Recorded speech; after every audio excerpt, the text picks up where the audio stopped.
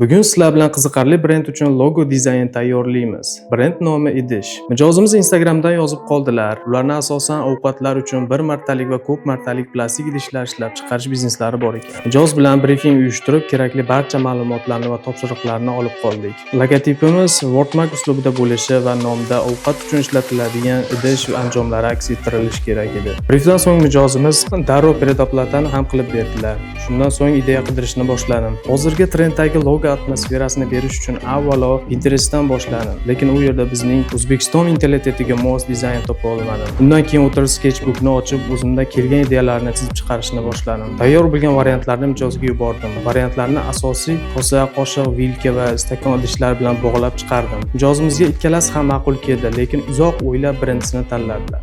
Shundan so'ng logoni ishlatish qoidalari, har xil turdagi o'lchamlari, ranglar palitralari va buyumdagi qanday ko'rinishini mockaplarda ko'rsatib, logobukni ham tayyorlab berdik va mijozimiz to'lovini qolgan qismini ham qilib berdilar. Sizlarga ham shunday logo brending xizmatlari kerak bo'lsa, bemalol bog'lanishingiz mumkin.